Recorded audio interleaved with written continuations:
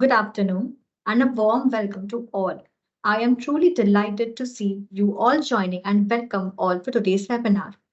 My name is Prachi Banka and I'm honored to be your host for today's session.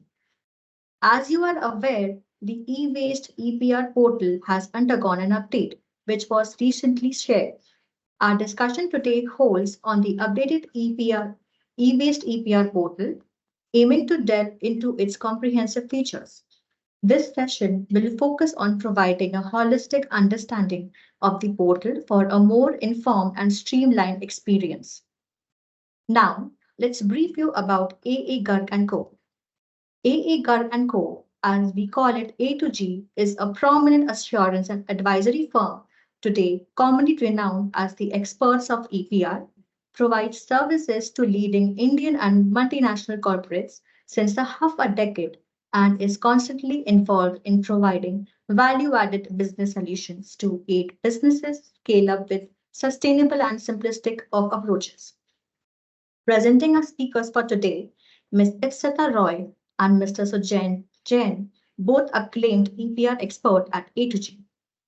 Additionally, we are honored to have Mr. Abhishek Garg along with Mr. Vikas Garg, who will be taking up the engaging Q&A session at the end. So, let's dive into the agenda for today's discussion, which includes how to compute target and sales reporting, requirements for annual return filing before deadline, how to fulfill target with credit, awareness campaign, and at the last, Q&A session with experts. After the presentation, we'll have a Q&A session where you can ask any questions you may have. Moving ahead, I request your kind attention to the meeting's rule. Meeting will be recorded. The meeting shall be based on Chatham rules, that is, only the discussions would be recorded without attributing to the speakers. Q&A session shall be taken in the last. Kindly restrict the discussion to the mentioned topic. Note that all the attendees are on mute. For any queries, please use the raise hand feature. The moderator shall unmute and allow to speak in the Q&A round.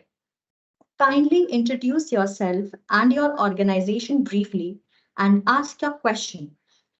In view of time limitations, we would request all to avoid repetitive questions. You may also please keep entering your queries in the chat box. Now, I would like our speaker, Ms. Ipsita Roy, who will brief you about the E-Waste Management Rules 2022 and its compliances. Over to you, Ipsita. Thank you, Prachi, for such a wonderful introduction. And thank you everyone for joining us today on the webinar where we take you through the updated E-Waste EPR portal under the E-Waste Management Rules 2022. Next slide, Prachi. First of all, I would like to take you through the evolution of e-waste management rules in India. We have observed that the e-waste management rules were introduced in 2016 with an amendment in 2018 that introduced the concept of EPR amongst the e-waste stakeholders. However, in 2022, e-waste management rules again were launched, which superseded the 2016 rules and 2018 amendment. With introduction to new EPR obligations, EPR target calculation methodology, there were 7 categories introduced for 106 exhaustive list of electrical and electronic equipment. This rule also included the solar photovoltaic modules and introduced the concept of environmental compensation. In 2023, we have noticed 2 amendments to the rules. The first amendment was on 31st Jan and the second amendment on 25th of July, which clarified on the ROHS compliances. Now, we will take you through in detail about the rules. Next slide. Next. We are going to update on the regulatory notifications. The first regulatory notification update is on the guidance document, which is for the recyclers, guiding them how to generate and transfer the EPR certificates. CPCB has guided in this document the process through which the EPR certificates can be generated through a supportive information on procurement data, production data, on the e-waste that has been recycled, how to generate the credit against the end product that has been recycled and sold by the recyclers, certificate trading, and transfer of certificate. There are a lot of validations and controls also observed that the CPCB has put on. These are with respect to capping of the procurement, with respect to the processing capacity of the recycler, the limit to credit entry, date error check, transfer value limit, EPR denominations have been defined, and accurate data for transfers of certificate has also been introduced. Moving to the next slide. Here, we are taking you through through certain notifications that have been recently released, issued by CPCB to producers, recyclers, and the SPCBs and PCCs. CPCB guides the producers to purchase all the EPR credits by March 31st, 2024 to fulfill their EPR obligation for the FY 23-24. File quarterly and annual returns within the stipulated timelines. And there has been a provision given to the producers to raise the purchase demand on the portal for purchasing the EPR credits from the registered recyclers. CPCB guides recyclers again in the next notice to generate the EPR certificates against the demands that have been raised by the producers, and additionally, not to withhold any of the credits that have been generated against the e-waste that has been recycled. CPCB further guides to the SPCBs and PCCs in the notice of 30th Jan to ensure that all the producers are registered on the portal, provide an updated list of all the registered entities, and issue notice of closure to the unregistered entities. Ensure physical verification for all recyclers and refurbishers, and take necessary actions against any kind of misreporting. Identify any illegal or informal refurbishers or recyclers and take actions for closure. Provide technical support and handholding towards formalization of the industry. Advertise for awareness of any illegal or informal recycling units and take necessary actions. And also to submit an action taken report to CPCB with respect to whatever actions they have taken in insurance. Next slide. Now introducing the overview of the e-waste management rules 2022. First of all, what is e-waste? So e-waste is it encompasses of the electrical and electronic equipment and includes the solar photovoltaic modules or panels or cells, as well as it includes the rejects that have been generated from the process of manufacturing, refurbishing, or any other repair process. The concept of EPR has been introduced for the producers here for meeting the recycling targets with the help of registered recyclers and ensuring an environmentally sound management of e-waste. The obligated entities that are identified under the rules are manufacturer, producer, refurbisher, and recycler. The obligation states that the obligated entities are not allowed to do business without the registration and shall not deal with any entity that has not registered on the portal yet. In order to issue the certificates, the recycler must register on the portal. Refurbishing certificates will only defer the EPR obligation. And in case any entity that is registered, that is identified as a manufacturer, a producer, shall do separate registrations.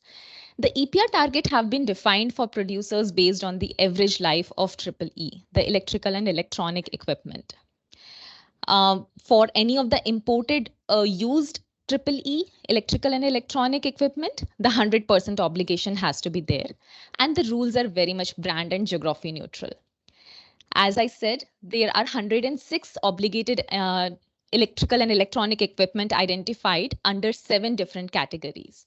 The regulatory implementation, on the other hand, is very much streamlined with the online registration, ROHS compliances, EPR certificate validity for 2 years, introduction of solar photovoltaic cells, limit on producers to purchase the EPR certificate, environmental compensation, responsibility of producers and recyclers to create awareness and file quarterly and annual returns on the online portal.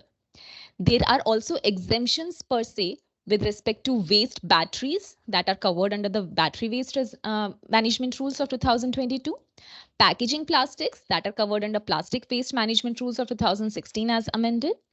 Micro enterprises are exempted under the rules as defined in the MSME Act, and radioactive waste are also exempted from being covered under the e-waste management rules as they are covered under the Atomic Energy Act.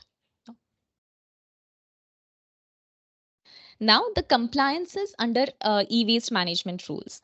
The compliances for producers here are very much streamlined. One, that they have to do the registration. Second, they have to take care of the EPR fulfillment. They have to take care of reporting their awareness, quarterly and annual reporting. And then there are compliances that are yet to start, which are on CPCB third-party audit.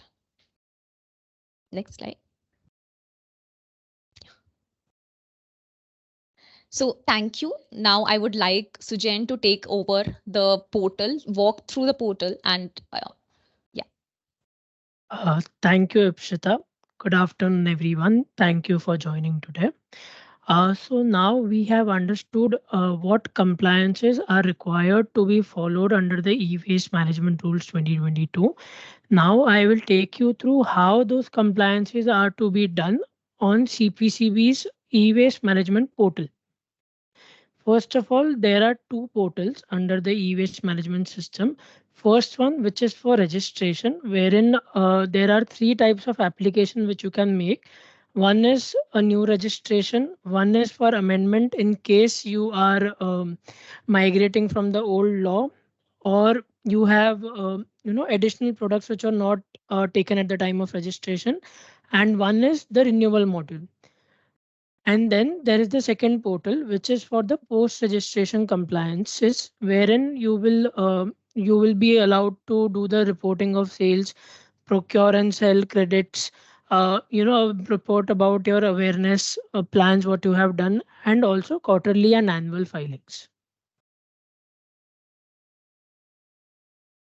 So first of all, once you have registered on the old portal, the producer will get a registration certificate wherein there would be the target of how much is the product wise target which the entity has to fulfill in the year.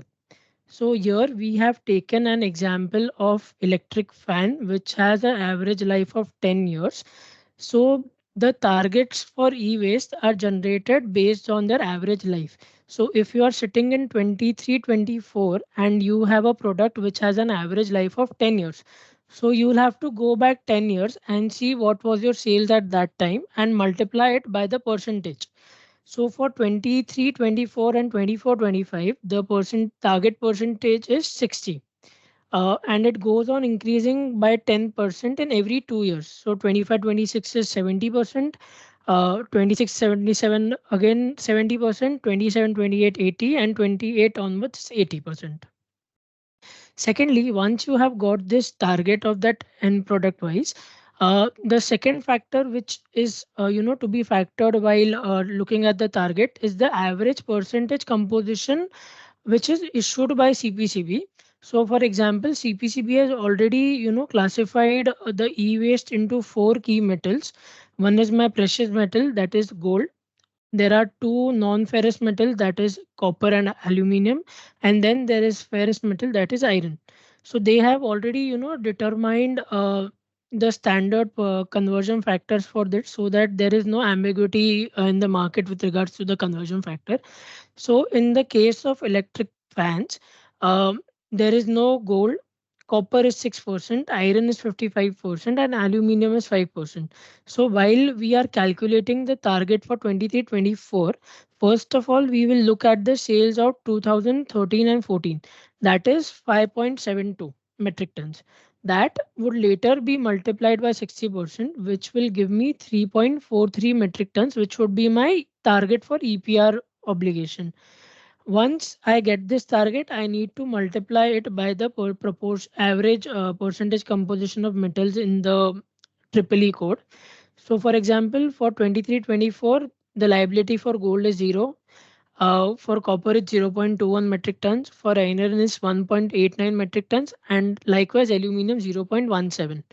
So this is how the calculation for EPR obligation happens in case of e-waste. Secondly, there is another case wherein if we consider the average life of electrical fans to be 10 years, but I have started selling the electrical fan, maybe in 15, 16 or 16, 17. That is that my average life is higher than the period for which I have been selling. In that case, CPCB has asked the producers to take the target basis their sales of the last 2 years. So, for example, if I am sitting in 22-23, then the sales I would consider would be for 21-22, and the percentage of sales would be 15% for 21-22 and 20% for 22-23. And then the target wise calculation will remain the same. Prachi, can we move ahead? Yeah. So this is the home page of the new e-waste portal. First of all, there is the list of recyclers. The list of recyclers is bifurcated along in the metal wise bifurcation. So if you see there is iron, gold, copper, aluminium. There is the name of the recycler, the available credits with them, their contact details, and there is a column for raising a purchase demand for EPR credits, which I will be taking you through in the slide further. Second column is for compliance status. In this tab, you will get to know what is your target on metal wise basis. So, for example, for this particular producer in ITEW, they have the target of 0.0006 as the whole product. For iron, it is 0.00021. Likewise for aluminium and copper. Prachi, can we move it? Yeah. So this is the second part of the homepage, wherein first of all you will be seeing metal-wise target transfer quantity report. Here you will see whatever credits the registered recyclers have transferred to your account or in your name. So currently this particular producer has no credits in his wallet. That is why there is no data here. Then there is, overall summary of what are the available EPR credits in the whole market as per the registered recyclers. Then there is this tab for EC computation, which is currently not operational. And then there is again last column wherein there is credit transfer quantities report, which will, give the recycler name and the end product name of what recyclers and the recycler ID are transferring you what end products. Now we come to sales reporting. So as you are aware that we need to file quarterly as well as annual returns under the e-waste rules 2022. So for the first year, for the first year, that is 23-24, we need to since the functionality has been active now, we will have to report the sales on this tab. So you'll have to key in the triple E code. First of all, you'll have to get to the data entry tab. Then you need to add a new you need to click on the add new button to input the sales of the new triple E code. Once you click on the add new sales, this type of pop-up will come out wherein you need to key in the detail. So the first tab would be you will need to key in the triple E code under which the sales under which you are reporting the sales. You will have to select the financial year. You will have to select the start date and the end date. Since we are reporting quarterly, the start date would be from 1st April 2023 to 30th June 2023. That would be my quarter one. and the total quantity sold in that quarter. Likewise, then I will have to do it for all my triple E codes under which I have taken registration for each of the quarters. Then we come to EPR credit procurement. So as I mentioned, as I and Ipshita mentioned before, we will need to upload the purchase order or the purchase demand on the portal to procure the credits. So in that case, first of all, you will need to select the name of the recycler from whom you want to procure the credits. Click on this orange flag type button. Then there would be this pop-up which will be enabled, wherein you need to you need to mention the quantity of credits which you want to procure, upload the purchase order, and save. Once that is done, the notification will go to the recycler regarding the same. Then we come to the annual return filing. So for annual return filing, you need to first click on the annual return tab on the left side. In that, you need to click on the return tab. Once you click that, there would be this basic details screen which would appear in front of you, wherein all the data of the client would be there, auto filled, which will have your name, company name, legal name, addresses, PIN code, state, authorized person, everything of that sort. Then there would be the obligation, the same screen which we had seen on the home page, wherein your obligation type would be there, the triple E code would be there, the obligation quantity, the metal wise bifurcation, then how much have you achieved in front of that obligation, and the balance obligation would be there. Then you save and next, and you go to the third part, which is recycler name and quantity of the end products. In this tab, whatever credits are being transferred to your account or in your name from the registered recycler would be visible. So for example, here you will see the name of the recycler, how much of the credits have they transferred to you during the FY 22-23. So just to mention the credits in the so since this is the first year of implementation, uh, we assume that there would be the requirement would not be there, but normally as per the rules, the requirement for procurement of e-waste credits is on quarterly basis. So you need to upload your sales on quarterly basis, and you need to uh, purchase credits on the quarterly basis. Once we have provided the details of the recyclers who have transferred the quantities to us, there would be the awareness tab. Under e-waste management rules, the producers are required to conduct seminars, workshops with regards to awareness of handling of e-waste which is being generated. So the producers need to give the data of what workshops and seminars have they done, who were their target audience, and what was their frequency of the conducting these workshops or seminars throughout the year. Also, the producers will have to give the details of the proposed advertisement. So for example, in the screenshot below, you can see the portal, the annual return form is asking for where will you be, advertising going forward. So there is option of television, newspaper, radio, etc. Once you have filled the awareness tab, then you will have to upload the awareness documents, wherein you will have to upload the what logos are being printed on the packaging of your electronic waste, the booklet of collection which you are providing to the customers for along with the uh, uh, along with the electrical equipment, the brochures for collection, and any other document which you may feel is required for spreading the awareness. Next. So this particular tab which says solar target, storage target for solar panels. This is only applicable for the producers who have reported obligation or have taken the registration taking the triple E code of solar panels. For others, you can just save next and keep it blank.